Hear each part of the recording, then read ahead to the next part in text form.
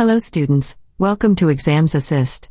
Today we are going to read the story of Discovering Tut, The Saga Continues by A.R. Williams, which is a story from CBSE's Class 11 Hornbill book. So please subscribe to our channel and click the notification bell button and let's get started.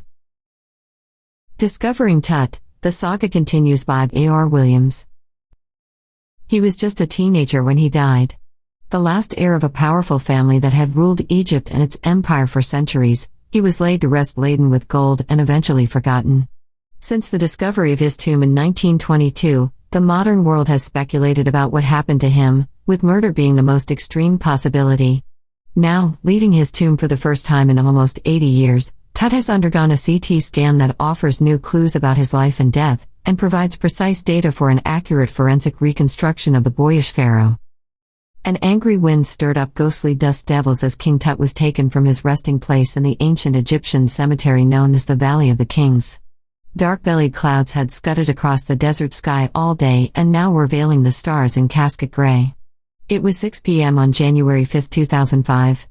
The world's most famous mummy glided headfirst into a CT scanner brought here to probe the lingering medical mysteries of this little-understood young ruler who died more than 3,300 years ago. All afternoon the usual line of tourists from around the world had descended into the cramped, rock-cut tomb some 26 feet underground to pay their respects. They gazed at the murals on the walls of the burial chamber and peered at Tut's gilded face, the most striking feature of his mummy-shaped outer coffin lid. Some visitors read from guidebooks in a whisper. Others stood silently, perhaps pondering Tut's untimely death in his late teens, or wondering with a shiver if the pharaoh's curse, death or misfortune falling upon those who disturbed him, was really true. The mummy is in very bad condition because of what Carter did in the 1920s, said Zahi Hawass, Secretary General of Egypt's Supreme Council of Antiquities, as he leaned over the body for a long first look. Carter, Howard Carter, that is, was the British archaeologist who in 1922 discovered Tut's tomb after years of futile searching. Its contents, though hastily ransacked in antiquity, were surprisingly complete. They remain the richest royal collection ever found and have become part of the pharaoh's legend. Stunning artifacts in gold, their eternal brilliance meant to guarantee resurrection, caused a sensation at the time of the discovery, and still, get the most attention. But Tut was also buried with everyday things he'd want in the afterlife: board games, a bronze razor, linen undergarments, cases of food and wine. After months of carefully recording the pharaoh's funerary treasures, Carter began investigating his 3 nested coffins. Opening the first, he found a shroud adorned with garlands of willow and olive leaves, wild celery, lotus petals, and cornflowers, the faded evidence of a burial in March or April. When he finally reached the mummy, though, he ran into trouble. The ritual resins had hardened, cementing Tut to the bottom of his solid gold coffin. No amount of legitimate force could move them, Carter wrote later. What was to be done? The sun can beat down like a hammer this far south in Egypt, and Carter tried to use it to loosen the resins. For several hours he set the mummy outside in blazing sunshine that heated it to 149 degrees Fahrenheit. Nothing budged. He reported with scientific detachment that the consolidated material had to be chiseled away from beneath the limbs and trunk before it was possible to raise the king's remains. In his defense, Carter really had little choice. If he hadn't cut the mummy free, thieves most certainly would have circumvented the guards and ripped it apart to remove the gold. In Tut's time, the royals were fabulously wealthy, and they thought, or hoped, they could take their riches with them. For his journey to the great beyond, King Tut was lavished with glittering goods, precious collars, inlaid necklaces and bracelets, rings, amulets, a ceremonial apron, sandals, sheaths for his fingers and toes, and the now iconic inner coffin and mask, all of pure gold. To separate Tut from his adornments, Carter's men removed the mummy's head and severed nearly every major joint. Once they had finished, they reassembled the remains on a layer of sand in a wooden box with padding that concealed the damage, the bed where Tut now rests. Archaeology has changed substantially in the intervening decades, focusing less on treasure and more on the fascinating details of life and intriguing mysteries of death. It also uses more sophisticated tools, including medical technology. In 1968, more than 40 years after Carter's discovery, an anatomy professor x-rayed the mummy and revealed a startling fact: beneath the resin that cakes his chest, his breastbone and front ribs are missing. Today diagnostic imaging can be done with computed tomography, or CT, by which hundreds of X-rays in cross-section are put together like slices of bread to create a three-dimensional virtual body. What more would a CT scan reveal of Tut than the X-ray? And could it answer two of the biggest questions still lingering about him? How did he die, and how old was he at the time of his death? King Tut's demise was a big event, even by royal standards. He was the last of his family's line, and his funeral was the death rattle of a dynasty. But the particulars of his passing away and its aftermath are unclear. Amenhotep III, Tut's father or grandfather, was a powerful pharaoh who ruled for almost 4 decades at the height of the 18th dynasty's golden age. His son Amenhotep IV succeeded him and initiated one of the strangest periods in the history of ancient Egypt.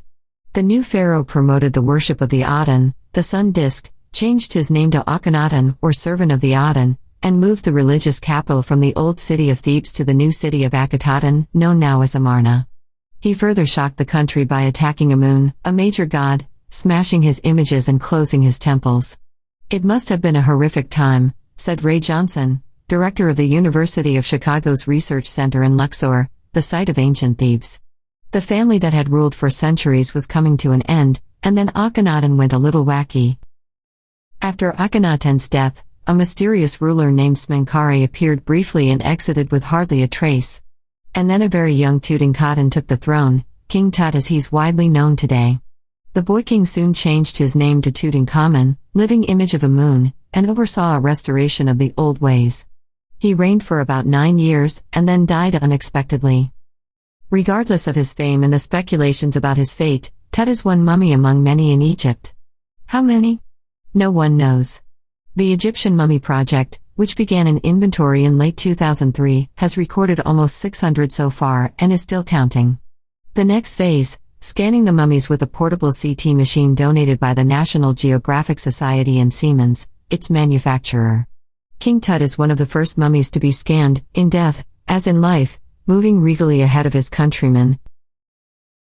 A CT machine scanned the mummy head to toe, creating 1,700 digital X-ray images in cross-section.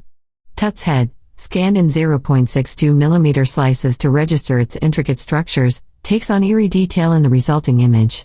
With Tut's entire body similarly recorded, a team of specialists in radiology, forensics, and anatomy began to probe the secrets that the winged goddesses of a gilded burial shrine protected for so long. The night of the scan, workmen carried Tut from the tomb in his box. Like pallbearers, they climbed a ramp and a flight of stairs into the swirling sand outside, then rose on a hydraulic lift into the trailer that held the scanner. 20 minutes later 2 men emerged, sprinted for an office nearby, and returned with a pair of white plastic fans. The $1 million scanner had quit because of sand in a cooler fan. Curse of the Pharaoh, joked a guard nervously. Eventually, the substitute fans worked well enough to finish the procedure. After checking that no data had been lost, the technicians turned Tut over to the workmen, who carried him back to his tomb. Less than 3 hours after he was removed from his coffin, the pharaoh again rested in peace where the funerary priests had laid him so long ago. Back in the trailer, a technician pulled up astonishing images of Tut on a computer screen. A gray head took shape from a scattering of pixels, and the technician spun it and tilted it in every direction. Neck vertebrae appeared as clearly as in an anatomy class. Other images revealed a hand, several views of the rib cage, and a transection of the skull. But for now, the pressure was off. Sitting back in his chair, Sahi Hawass smiled, visibly relieved that nothing had gone seriously wrong. "I didn't sleep last night, not for a second," he said. "I was so worried. But now I think I will go and sleep." By the time we left the trailer, descending metal stairs to the sandy ground, the wind had stopped. The winter air lay cold and still, like death itself, in this valley of the departed. Just above the entrance to Tut's tomb stood Orion, the constellation that the ancient Egyptians knew as the soul of Osiris, the god of the afterlife, watching over the boy king. I hope you liked the audio story for Discovering Tut. The Saga Continues by A.R. Williams. It took a lot of time to make this audio story, and I hope it helped you with your exams. We will continue to push out more audio stories from different classes of CBSE and ICSE and others. Please subscribe to our channel for more. Peace out and happy studies.